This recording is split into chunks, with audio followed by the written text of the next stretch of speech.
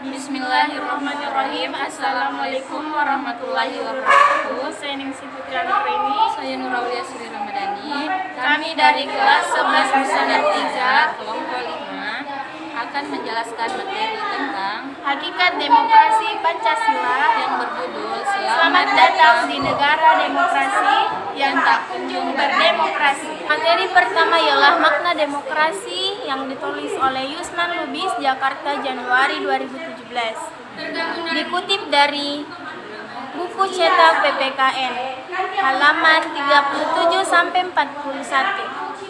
Memahami makna demokrasi sangat penting dilakukan supaya kami tak terjebak kepada penafsiran yang salah dalam mengartikan demokrasi. Kata demokrasi berasal dari dua kata dalam bahasa Yunani, yaitu demos yang berarti rakyat dan kratos yang berarti pemerintahan, sehingga demokrasi dapat diartikan sebagai pemerintahan rakyat. Kata ini kemudian diserap menjadi salah satu kosakata dalam bahasa Inggris, yaitu demokrasi. Konsep demokrasi menjadi salah satu kata kunci dalam bidang ilmu politik. Hal ini menjadi wajar sebab demokrasi saat ini disebut-sebut sebagai indikator pengembangan pihak suatu negara. salah satu pilar demokrasi adalah prinsip trias politik yang membagi ketiga politik negara, yaitu legislatif, eksekutif, dan yudikatif, untuk diwujudkan dalam tiga jenis lembaga negara yang saling lepas independen dan berada dalam peringkat yang sejajar satu sama lain. Menurut Kamus Besar Bahasa Indonesia, demokrasi merupakan istilah politik yang berarti pemerintahan rakyat. Hal tersebut dapat diartikan bahwa dalam sebuah negara demokrasi, kekuasaan tertinggi berada di tangan rakyat dan dijelaskan langsung oleh rakyat atau wakil-wakil yang mereka pilih di bawah sistem pemeliharaan bebas. Dalam pandangan Abraham Lincoln, demokrasi adalah suatu sistem pemerintahan dari rakyat, oleh rakyat, dan untuk rakyat. Artinya rakyat dengan serta-merta mempunyai kebebasan untuk melakukan semua aktivitas kehidupan, termasuk aktivitas politik, tanpa adanya tekanan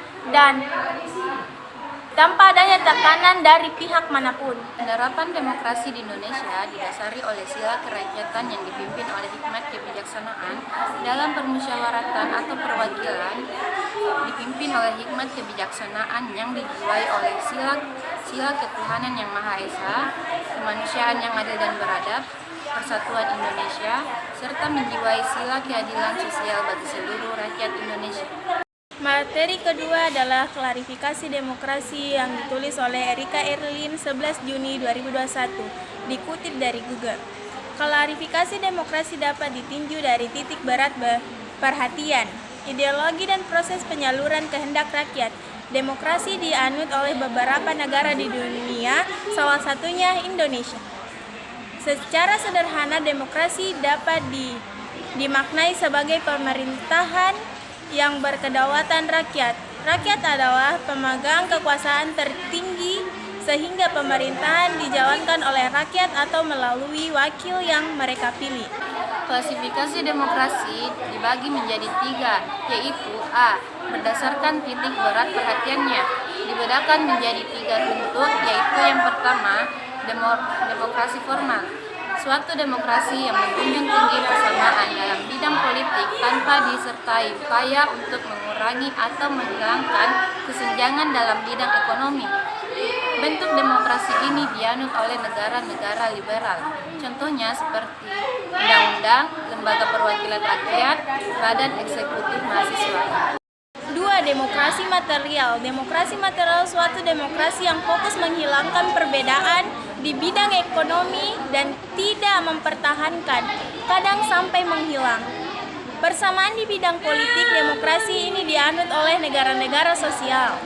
Contohnya, bebas berpendapat, bebas berkumpul dan mendirikan kelompok sosial, berhak untuk mengatur dirinya baik secara individu kelompok. Dan yang ketiga yaitu demokrasi gabungan. yaitu bentuk demokrasi yang mengambil kebaikan serta membuang keburukan dari bentuk demokrasi formal dan material. Bentuk demokrasi ini dianut oleh negara-negara non-blok. Contohnya seperti Indonesia, perpolitikan kebijakannya mementingkan berbagai segmen kebudayaan. B. Berdasarkan ideologi dapat dibedakan menjadi dua, yaitu satu, demokrasi konstitusional atau liberal. Demokrasi ini didasarkan pada kebebasan, individualisme, dan kekuasaan pemerintahannya, dibatasi oleh konstitusi.